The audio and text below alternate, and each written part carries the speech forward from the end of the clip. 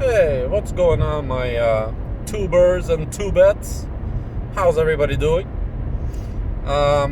Today I'm cruising around in the S-Class, S550 08 4MATIC. We're in the Chicagoland area, but it's not really a lot of snow out. This thing really thrives in the snow. And when it's not snowy out, it's just your basic, super nice luxury, car. But anyway, that is not the point of this video, although I do enjoy the cruising. The point of this video, did you hear that beep beep? I have a situation going on. So this video is to all of you Distronic Plus users. That's Mercedes radar cruise control system, which unfortunately you cannot get around. I had a Lexus LS460, long wheelbase. It was a really nice car, not compared to the S-Class, but on its own, it's a really nice car. And it had the radar cruise control system as well.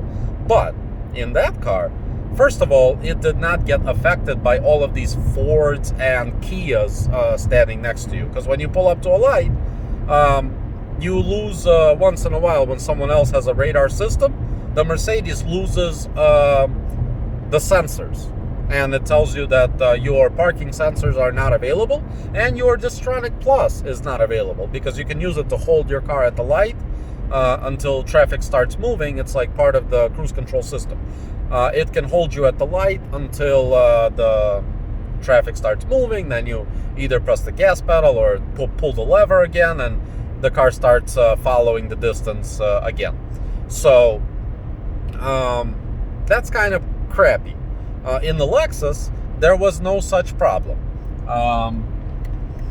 The Lexus just worked. It worked really well. It kept the distance, and it just worked.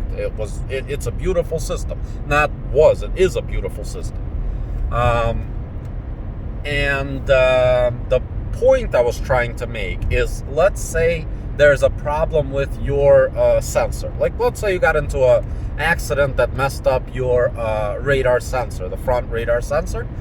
You could bypass the radar cruise control system and just use the regular cruise control that doesn't keep any following distance. It basically takes you back to the dumb cruise control, if you will.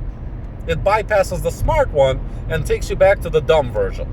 In Mercedes, you can't do that. If your radar is messed up for some reason, you cannot just put on cruise control and drive. It has to work specifically with the radars. If you have the radar system, it works with the radars, and that's it. There's no bypass. Mercedes really dropped the ball on this one. It really dropped the ball, because sometimes, like right now, I'm having issues because either I have developed some new problem, which I really, really hope is not the case. But sometimes your sensor, shield, and or bumper can get dirty, because inside the bumper there are two extra long-range sensors. I forget which one is. There's 3 sensors in total. The one in the grill, behind the grill, and 2 behind the bumper. So I don't remember which one is long, which one is short, but the point is there's 3.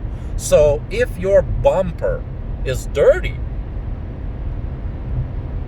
your sensors think there's a car directly in front of you, and it'll just slam on the brakes or start beeping like you heard. So I'm going to demonstrate this to you now, and I'm going to try to stop off somewhere and clean the sensor and the bumper and see if that's going to change anything, or if I'm going to have to dig a little bit deeper. So let me show you the problem that I'm having. So for reference, so you see what I'm talking about. So here's the Distronic Plus. I'm following the car in front. It's keeping its distance. My legs are not on the pedals. How do I show it to you? See? It's, sorry about the dirt. That's ridiculous. I really, spring cleaning. For the winter, it's still kind of dirty. So right now, of course, it's riding along perfectly fine. No problems, right? Let me just keep this on here so you see. If it's gonna show me that there's a car in front of me, a ghost car that doesn't actually exist, and I'm gonna press the gas, it'll say override on the dash. That it's sort of like me taking the cruising into my own hands or legs, or however you wanna look at it. So right now, of course, since I'm making the video, it's working perfectly fine. So right now I'm coming up on some cars, and there they are. They appeared on the sensor. Switch lanes so it can continue to drive. Car switched in front of me, so in keeping the distance, it's gonna back off of it to keep my preset following distance, which I adjust with this lever right here. You see the line under the cars? When I adjust this, you see how the line goes down and the car speeds up. When I increase following distance with the lever going down, the line gets longer and we follow a longer distance. Car is all the way up there, and that's almost the distance that I have it set at. So driving along, and of course the car is not going to give me any problems, because it does not want me to make this video. It doesn't want to embarrass itself, because it's definitely been embarrassing itself the entire time I've been driving. Like every 5 to 10 seconds, once in a while. It'll work for a while here and there, but then every 10 seconds it'll beep, beep, beep, and start to slam on the brakes. And I'm sure the cars behind me are really enjoying that, Mercedes is driving along perfectly fine, all of a sudden slams on its brakes for no apparent reason whatsoever. I would think that's pretty crazy if that was me following the car, if I didn't know better that these systems are kind of wacky and screwy, and I'll even go as far as to say crappy. Because if I'm losing my sensors to some Kia or a Ford randomly at a stoplight, right there, that's a fail. That's a hard fail. Especially when Lexus has it figured out so well. Toyota.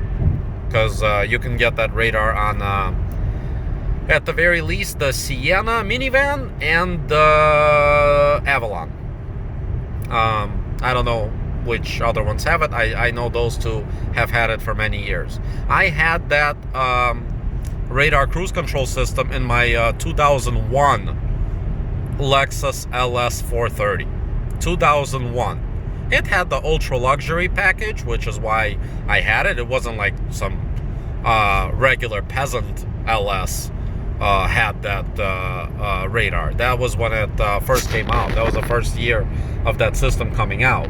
And I think Mercedes came out with theirs roughly around the same time. But it worked perfectly. Just perfectly. And you can bypass it should you have any problems, which is fantastic. In this car, oh, see that? There's nothing in front of me. Did you see that? And it slammed on the brakes. And now we're speeding back up to the 75 marker that I have it set to. That orange triangle at the top. That's my setting. It just showed a car right in front of me. And you see there's nobody there. How do I... trying to hold the phone and drive at the same time, but I want to show you that there's no car in front of me while the display is doing this wacky stuff, thinking that there's somebody up there. I'm really hoping that it's the dirt on the bumper, but I did clean it off a little bit before I started driving, so I'm kind of getting a little bit scared now that there might be an actual problem somewhere. I don't know if it's like a firmware update that I need to do, or sensor is going bad. I really hope that's not the case, but who knows? But for now, I just want to document what's happening here for you to see if anyone else has this problem. And there, it's slowing down. You see, my speed went down below the mark, and now it's sped back up. It didn't even show a car that time. The car just slowed down for no reason. It was about to, like, it was processing the thought of there being a car in front of me, but then it realized there's nothing there. But that didn't stop it from slowing me down.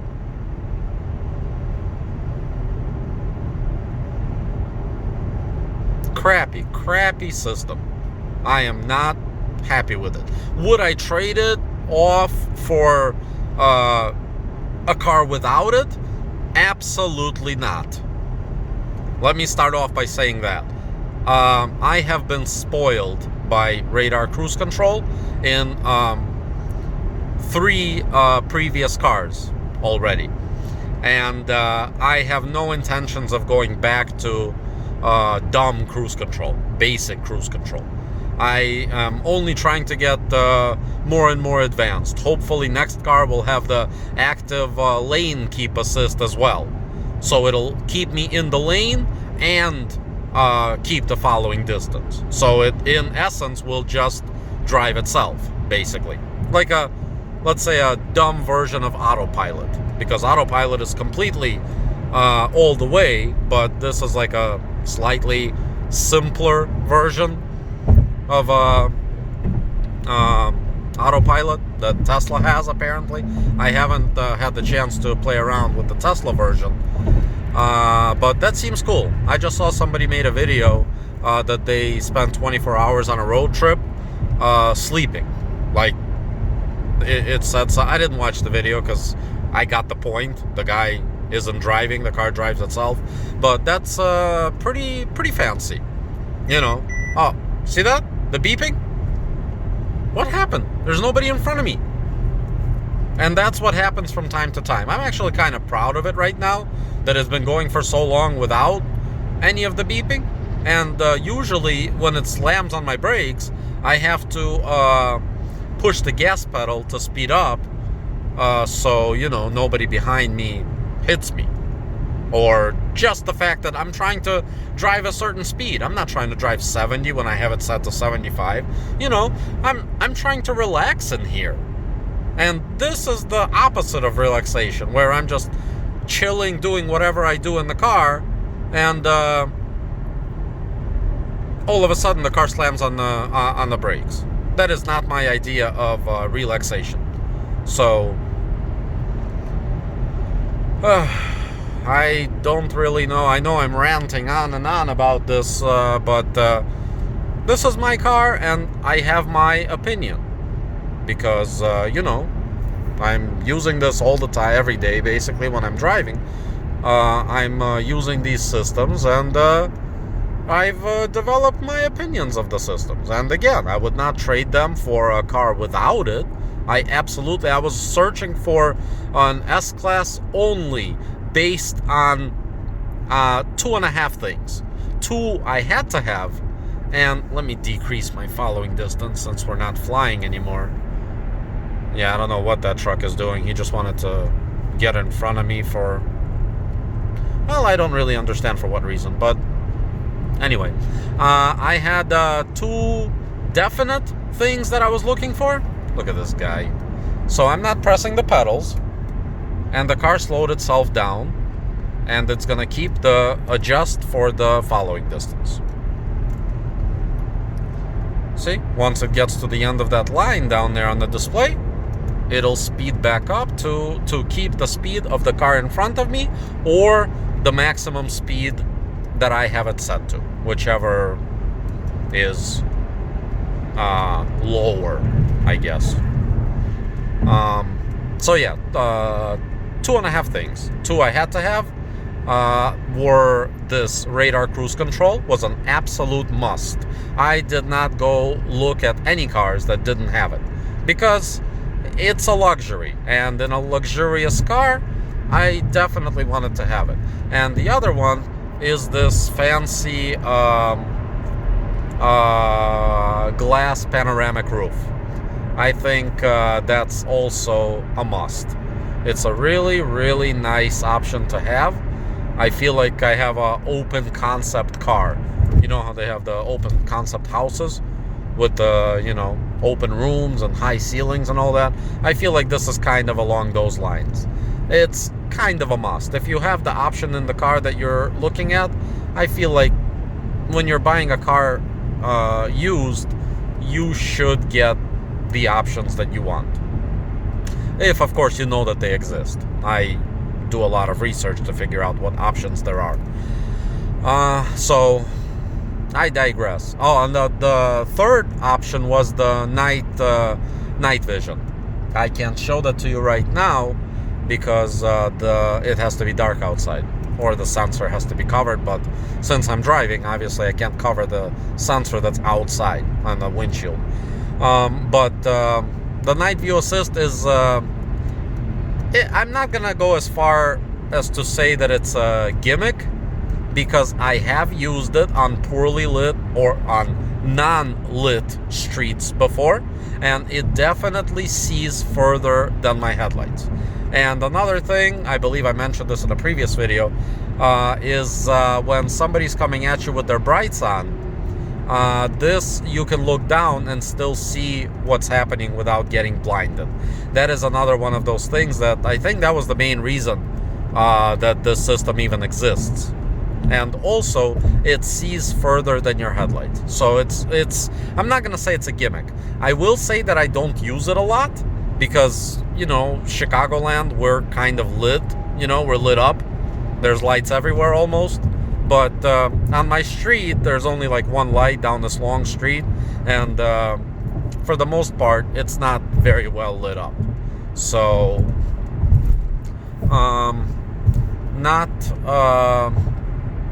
great. I use it, and it works very well. It's kind of hard, you know, it doesn't make sense. You have to look down, then back up. Yes, it's not perfect. Would I have preferred it to be in the heads-up display area in the windshield? Absolutely. But you take what you can get. And in 2008, and I don't know, obviously 2007 it existed too, but prior to that, I'm not sure. I don't think 2006 had night vision. I think it was a 2007 model year in US. And I definitely did not want to get a 2007. I wanted to at least get a 2008 because of, you know, first year, they definitely were gonna screw some stuff up. When I bought this car, there were no lights on the dash. No check this, check that, service due, none of that. Everything was perfect. And I know it was perfect because I dug deep with my Autel supercomputer and checked every single system. There's 49 different computers in this car. And I checked every system, everything checked out, everything was perfect. The car drove beautifully with no issues whatsoever. So that was the other thing. But I'm not even talking about that. I'm talking about just the fact that this car had no lights on the dash. No check this, check that. Since then, I've had, the only problem it had, if I'm remembering correctly, is the moonroof.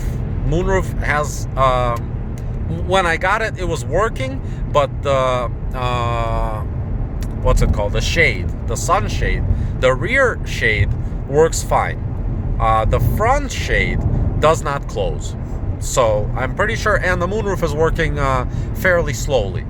So I'm pretty certain that I need to replace the motor, the the panel roof motor that sits somewhere right under here, like right up here.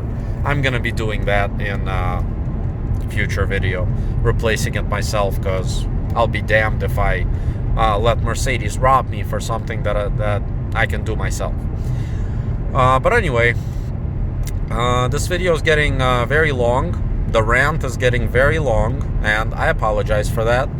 But as you can see, the Distronic Plus is working really well, to my own surprise, because I've been trying to record it acting up so I can go and clear off the, clean the bumper and the sensor and take it for a drive after. But as you can see, it's working perfectly fine. But I did capture a couple of moments there where you saw that it was throwing up random warnings on the Distronic Plus display.